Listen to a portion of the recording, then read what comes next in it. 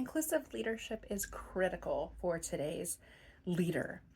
And a part of leading inclusively is having empathy, especially for those that might have different lived experiences or different identities than yourself.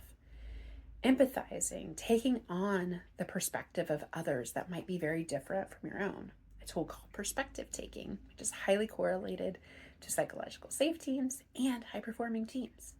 And it's also important that we build trust, and trust begins within. It's very difficult to trust others if we do not, in fact, trust ourselves or the environment of which we are in. So, as leaders, it is absolutely critical that we lead inclusively. People are hungry for inclusive leadership, and people want to work for inclusive leaders. So, think about how we can lead with perspective taking and empathy.